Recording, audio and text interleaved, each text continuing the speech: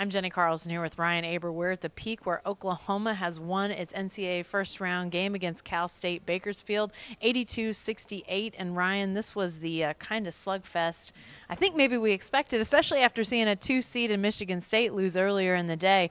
Bakersfield said coming into this game that they were pesky, they were annoying on defense, and we saw that. But where did this game turn in your mind? Well, I think it turned in the last about 5 minutes of this game, where Buddy Hield made play after play, it seemed like. A couple big blocks, a couple big rebounds, hit a big three, created plays for Jordan Woodard and Isaiah Cousins on the other end. And I thought Cousins was fantastic tonight as well. That didn't score the way that Buddy Hield did, but it came up with a couple key rebounds and also was a key against that press. He was able to locate Ryan Spangler very quickly at several times in that second half and help them turn this game around where it was, your collar starts getting tight a little bit there in the second half when Bakersfield's hanging around.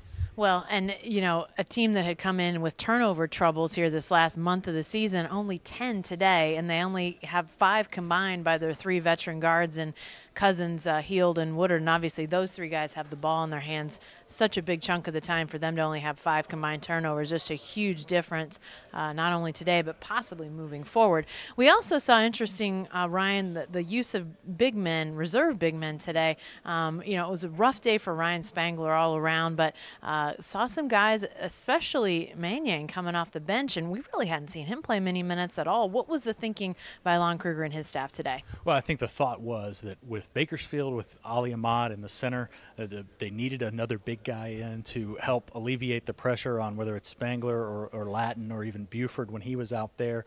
You forced Ahmad to cover Mannion because he was the only one who could even get close to matching up with him. Bakersfield didn't have anybody else that's over 6'4". So when you throw a 7-footer out there, that throws things off. And Mannion was really good tonight.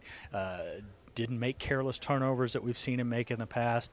Didn't do a whole lot offensively, but didn't make bad mistakes. He was able to play his minutes very solidly, the most minutes that he's played all season. And Mannion a couple weeks ago had a stretch where he didn't play for 4 or 5 straight games. But tonight he was definitely a factor. And then Dante Buford hit a couple of big shots off the bench, and he was solid defensively. He's not going to be a superstar on defense, but especially against a small lineup like this, he's able to be effective out there and helped turn this game back in the Sooners' favor. Well, and you see them using some different guys off the bench for extended minutes, which, obviously worked out today, but then potentially might be something they can use more in the future. And, get those bigs a chance to catch some breathers a little bit more, because as the tournament goes on, you're obviously going to have, extended minutes and, guys like Spangler and Latin, they hope at least, playing more. Let's spin ahead for just a second. We'll talk a lot more about this on Saturdays. We look ahead to Sunday's game against VCU, but looks like VCU also a guard-oriented team, Ryan, but it's a completely different fashion, more of a slasher drive type of guard situation than the 3. What's in your mind the biggest challenge for Oklahoma in that game? Well, I think it's matching up with VCU's physicality. They were a much more physical team today. When we watched them play Oregon State, they were able to muscle them out. Now, with Ryan Spangler, I think he's going to be a key in this game to be able to match that a little bit, especially on the inside when they take runs to the hoop.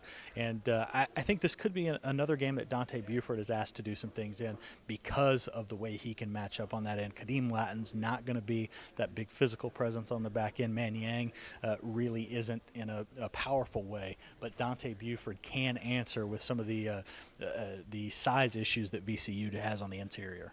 All right, we, as we're talking right now, don't have a game time for Sunday, but we'll get that out as soon as we can, as soon as we know it tonight. So be sure to stay with the best coverage team anywhere at newsok.com and every day in the Oklahoman.